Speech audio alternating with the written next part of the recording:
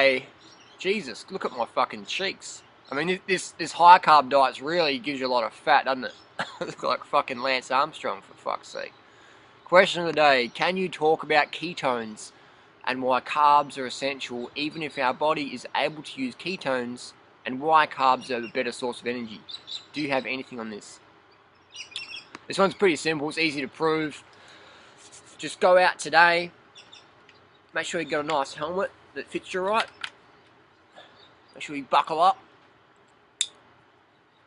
Nice chin strap there. Put your safety glasses on.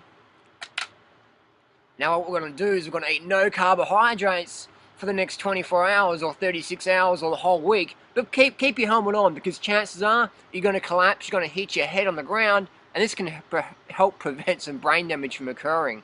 Because when you run out of carbs, your life is fucked. When you hit ketosis, your energy levels are going down like that. And the flashlight on top serves as a role at night time, so when you're about to collapse, you can sort of see where you collapsed into. But seriously, here's what happens when you hit ketosis. Check out these athletes. These have all hit ketosis, and they're all hitting the ground.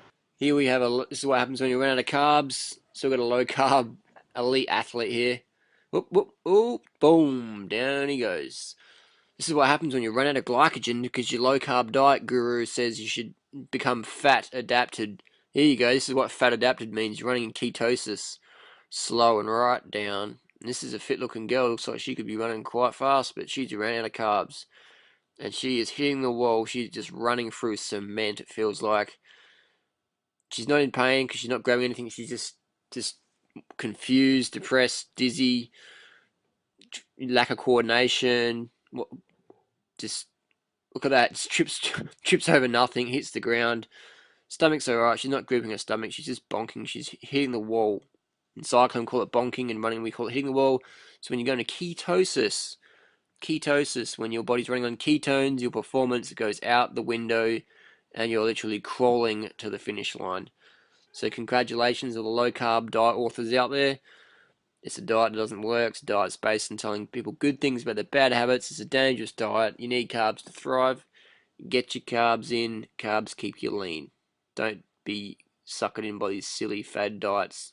Ketosis is like a backup survival mechanism. It allows humans to eat the flesh of other human beings in order to avoid starvation. So if you're in a plane crash situation and you start eating the flesh of other human beings, then your body can convert that fat into carbohydrates via ketosis, so you can sort of survive.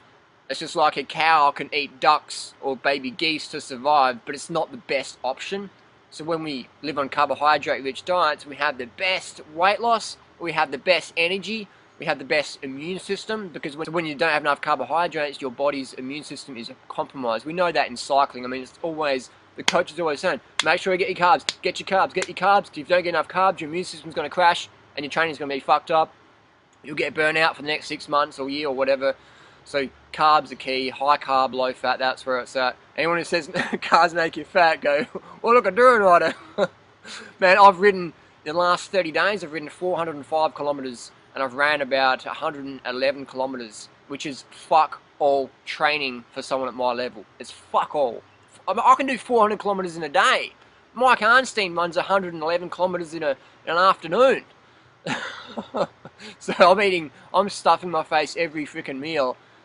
And it's just crazy when people say that, like when people in the paleo primal world say you got to limit your carbohydrates because they make you fat, and it's like, man, look at all the high carbers. Look at all of us high carbers. We're always trim. We're always trim all year round. Doesn't matter if you're super fit or not. You're always trim. Definitely, 100%, no exceptions. I'm talking long term, not the people who just like coming into it, or just newbies or whatever. Or someone's just planted the fruit garden. You can't compare a just established fruit garden, it's just been established last spring, to a 10-year established, 20-year established fruit garden, can you? It's not fair for anyone. So always look at the established gardens of what's happening. The garden of health, the established shit, that's what you want to look at. You don't want to look at people like Mark Sisson who've been doing their diet for like a year or two. I won't go into that, but you want to look at these long-term examples, long-term cultures, things like that. And we know the Eskimos had a lot of cancer. That's definitely been documented. You can check out that. Eskimos are riddled with cancer. And those ketogenic diets are dangerous, and you'll never see any athlete on the planet doing a ketogenic diet. Why? Because it's like you may as well sticky tape your legs together and try and run a marathon like that. The carbs are key. That's where it's at. Ketosis is like a backup plan. It's like if you've got the option between a plate of human flesh or pig flesh or a plate of mangoes or rice or carbohydrates, go with that. Go with the good stuff and leave the dog food to the dogs. We're not dogs, but we can eat dog food to survive. Go with the best food. Go with the best human food. Fruit's champion. That's just where it's at. Thanks for watching. See you next video.